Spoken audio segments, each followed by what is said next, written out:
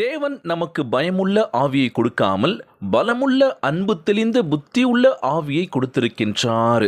2 தீமோத்தேயு 1:7 சொல்லக்கூடிய அழகான வார்த்தைங்க.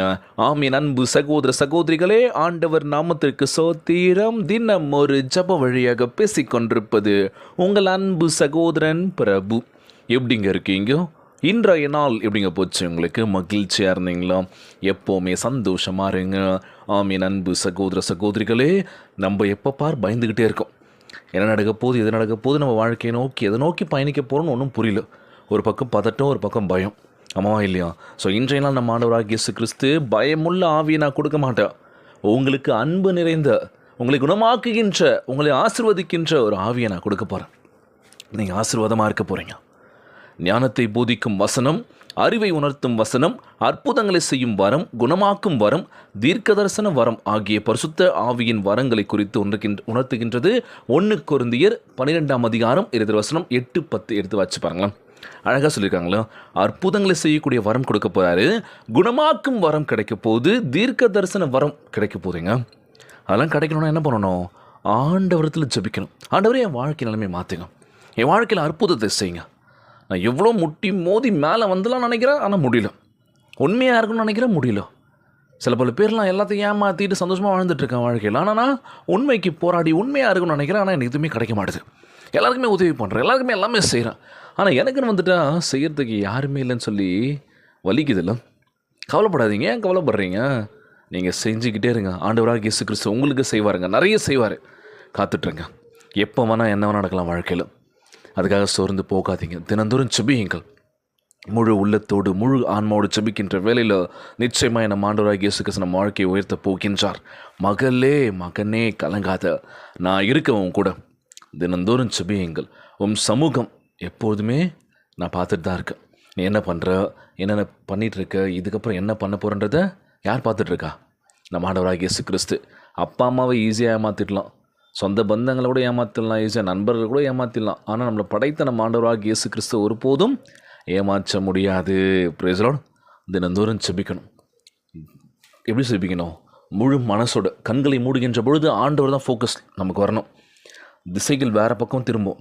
அது பண்ணலாமா, இது வாங்கலாமா, அது செய்யலாமா, இது பண்ணணும், அதை பண்ணணும் அப்படின்னு சொல்லி அதை யோசிக்க தோணும். அப்படிலாம் இருக்கக்கூடாதுங்க. ஜபோன்னு வந்துட்டாலே உங்களுக்குள்ளே இருக்க விஷயத்தை எல்லாத்தையும் எடுத்து போட்டுடணும். ஆண்டவரே, நமக்கு கீழ்ப்படும் பிள்ளைகளாக உமக்கு முன்பாக நான் வந்து ஜெபிக்க போகிறேன். என் ஜெப விண்ணப்பங்களை கேட்டு எங்களை ஆசீர்வதிங்க. கேட்கலாமா ஏசப்பா கிட்ட? ஒவ்வொரு குழந்தை செல்வங்களாக நம்ம ஜெபிக்கலாமா? இன்று 10ஆம் வகுப்பு ரிசல்ட் வந்துருச்சுங்க. ஸோ எல்லாருமே பாஸ் பண்ணியிருந்தாங்கன்னு சொல்லி கேட்கும்போது ரொம்ப சந்தோஷமாக இருந்தது. ரொம்பவே அதிகமான மார்க் பார்த்திங்கன்னா ஒரு மாணவன் எடுத்துன்னு தான் நினைக்கிறோம். 494 மார்க். ரொம்பவே சந்தோஷமாக இருந்தது. அதிகமாக இன்றைக்கி நிறைய இடத்துல நிறைய பாஸ் தான். பரவாயில்ல, பசங்க எல்லாருமே படிக்க ஆரம்பிச்சிட்டான்னு நினைக்கிறேன். ஸோ பாஸ் பண்ண எல்லா மாணவிகளுக்கும் நல்ல ஒரு +1 நல்ல குரூப் எடுத்து அவங்க நல்லபடியாக படிக்கணுன்றத ஆற்றலையும் ஞானத்தை கொடுங்கப்பா.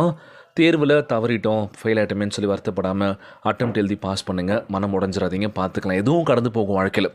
வெற்றி தோல்வின்றது எதுவுமே கிடையாதுங்க. வெற்றியாக அடுத்த கட்டத்துக்கு போயிட்டே இருக்கலாம். தோல்வியாக ஓகே, நம்ம கற்றுக்கிட்டோம், இதுக்கப்புறம் நம்ம அதை லேர்ன் பண்ணி அடுத்த கட்டத்துக்கு நம்ம நகர்வோம்னு சொல்லி ஏற்றுக்கிட்டால் வாழ்க்கை சிறப்பாக இருக்கும். இன்றைய நாள் ஜெபம். உலகில் வாழ்கின்ற எல்லாருக்கும் நம்ம ஜெபிக்க போகிறோம். ஜெபத்திற்குள்ளாக பயணிப்போமா?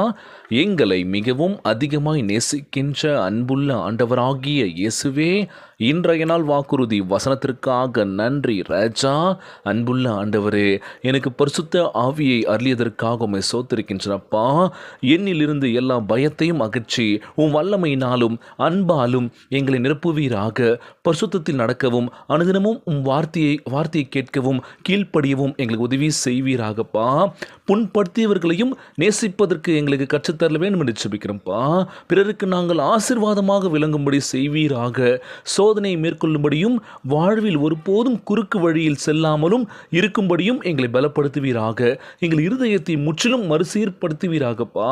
உம் மகிமைக்காக பயன்படுத்த வேண்டும் என்று ஜெபிக்கிற ஆண்டவரே, உம் ஈவுகளும் உம் சமூகம் என் வாழ்வில் நிறைவாய் காணப்படுவதற்காக நன்றி ஆண்டவரே. செல்லும் இடமெல்லாம் நாங்கள் உம்மை வல்லமையின் சாட்சியாக விளங்க வேண்டும் என்று ஜெபிக்கிறோம்ப்பா. இந்த ஜெபத்தை கேட்டுக்கொண்டிருக்கின்ற அன்பு சகோதர சகோதரிகள், என் அன்பான உறவுகள் எல்லோரையும் பார்த்துக்கோங்கப்பா. யாருக்கும் எந்த கஷ்டங்கள் துன்பங்களை கொடுத்துடாதீங்க ராஜா. எல்லோரும் ஒற்றுமையாக சமாதானமாக இருக்க வேண்டும் என்று கேட்குறேன்ப்பா. ஒவ்வொரு குழந்தை செல்வங்களை ஆசிர்வதிங்கப்பா. உடல் தெம்பும் வலிமை தர வேண்டும் என்று கேட்குறோம்ப்பா. கணவன் மனைவிக்குள்ள ஒற்றுமையை கொடுங்க, சமாதானத்தை கொடுன்னு சொல்லி கேட்குறேன்ப்பா. எல்லோரும் நாட்கள் ஆண்டவரே, இன்றைய நாள் ஜெபம் இயேசுவின் விலையேற பெற்ற நாமத்தினாலே ஜெபிக்கின்ற நல்ல பிதாவே, ஆமேன். ஆமேன். இயேசுவுக்கே புகழ், இயேசுவுக்கே நன்றி. மரியே வாழ்க. God bless you all.